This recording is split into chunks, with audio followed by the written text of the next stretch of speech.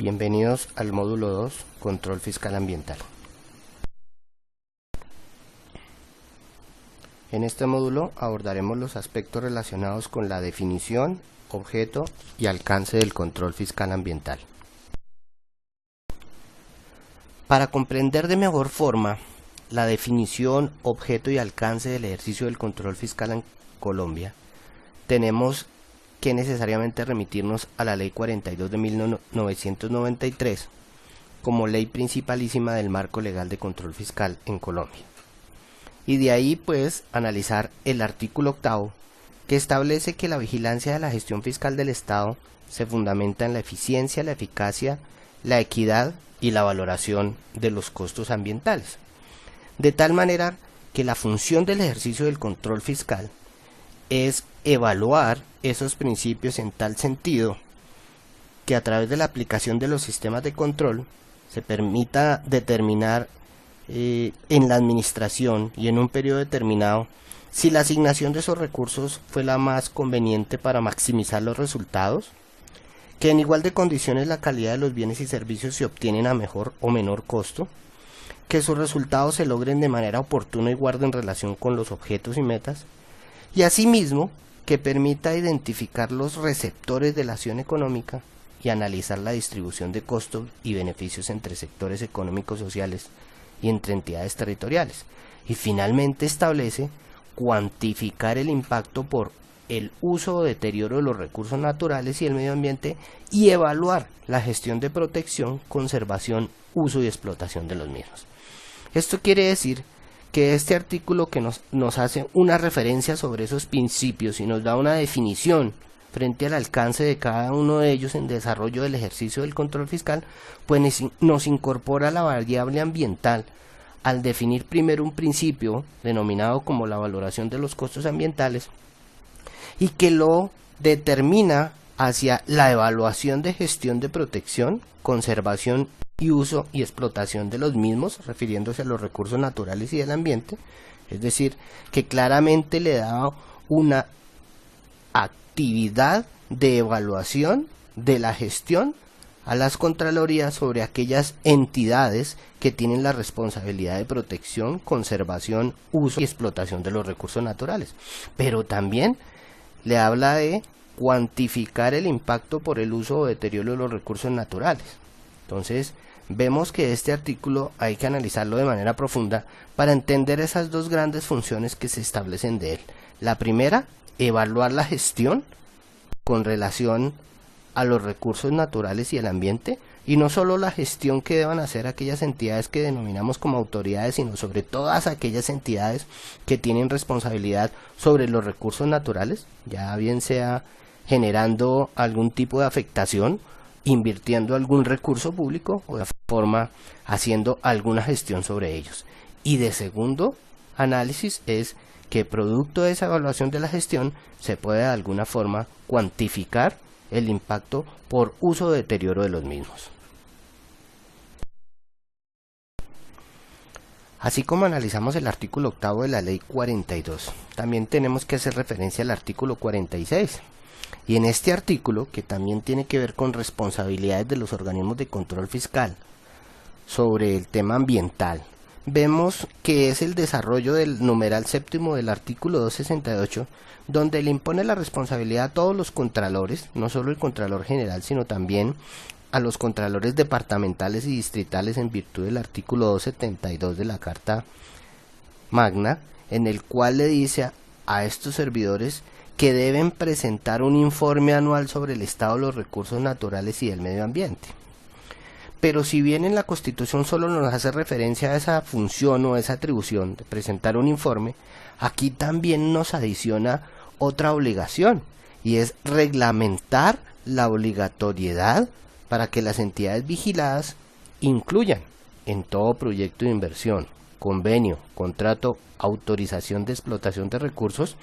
esa valoración en términos cuantitativos para establecer una verdadera relación costo-beneficio sobre esa conservación, restauración, sustitución y manejo en general de los recursos naturales, y que finalmente, ¿cierto?, esas entidades, que son las que vigilan las Contralorías, le reporten de manera oportuna esa información a los organismos de control fiscal.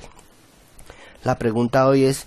¿las Contralorías de alguna forma hemos reglamentado esa obligatoriedad para que podamos dar cumplimiento a lo establecido en el artículo 46? Claro, hay muchos aspectos cuando hablamos del informe anual sobre el estado de los recursos naturales y del ambiente que nos ponen a pensar sobre una indefinición del alcance de esta función, y es qué debe contener ese informe, situación que abordaremos en otros módulos para establecer cuáles son los contenidos o criterios mínimos, y que de alguna forma también hicimos referencia en el módulo primero de este curso,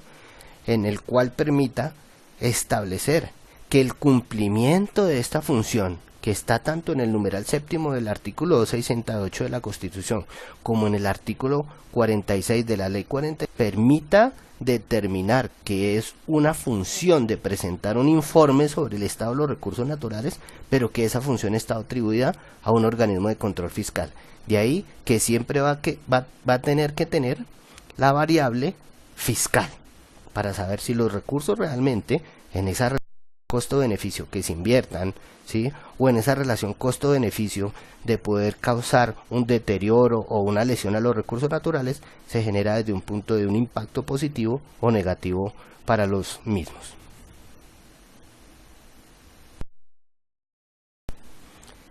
De ese marco constitucional y de ese marco legal que rige el ejercicio del control fiscal en Colombia relacionado con la Ley 42,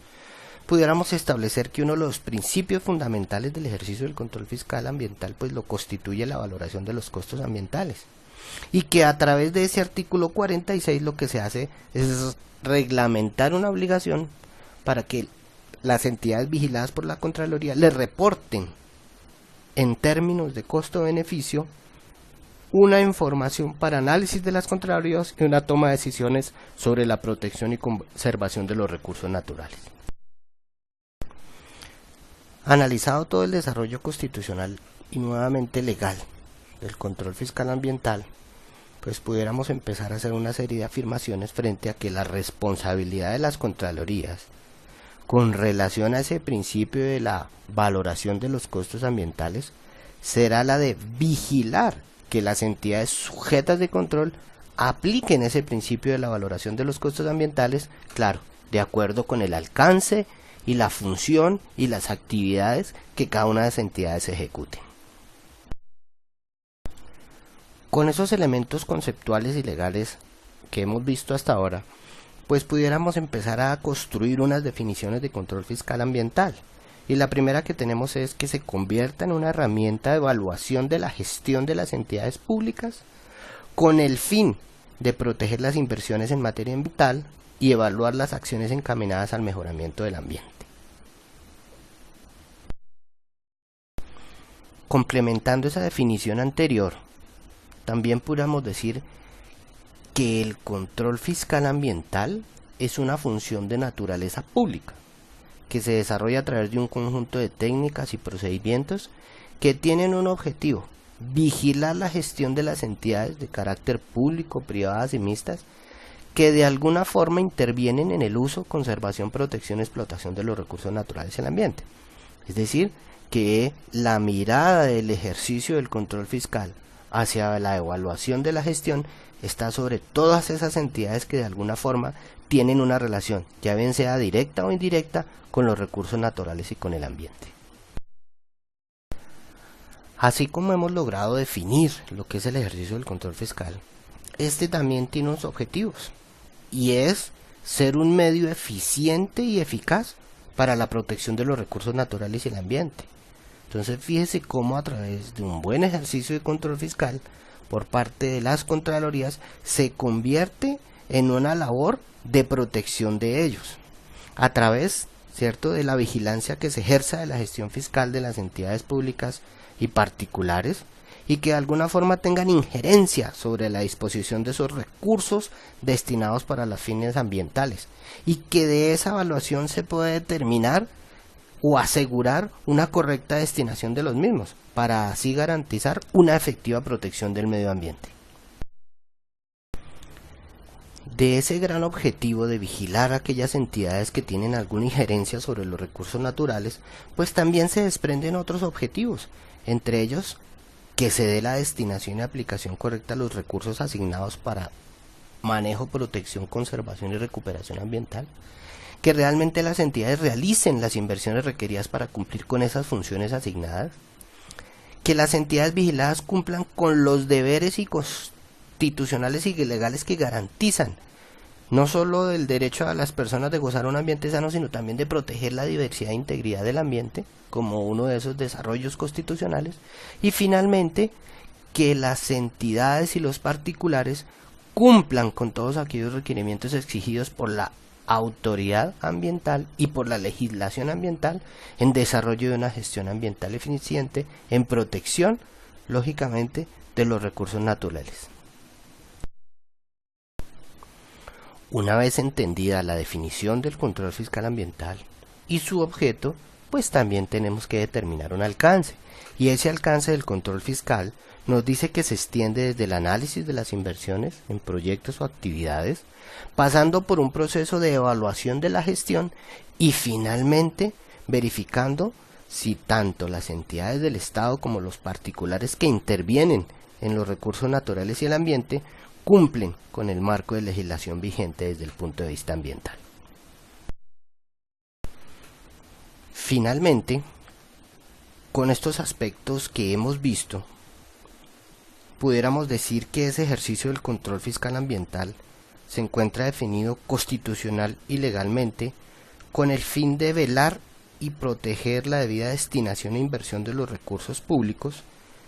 dotando a las Contralorías de Colombia de herramientas que deberían permitir una rápida acción de vigilancia, garantizar la prevención y el resarcimiento de los daños de pronto causados al patrimonio público desde el punto de vista ambiental. Pero también a esa conclusión debemos entender que si bien se introdujeron cambios sustanciales en la Constitución de 1991 con relación a la acción de las Contralorías en materia ambiental, también es cierto que esa intención constitucional no se ha desarrollado con unas políticas y lineamientos claros que conlleven a un control fiscal ambiental eficaz y que de manera real deriven en la protección de los recursos naturales a través de una verdadera evaluación de la gestión.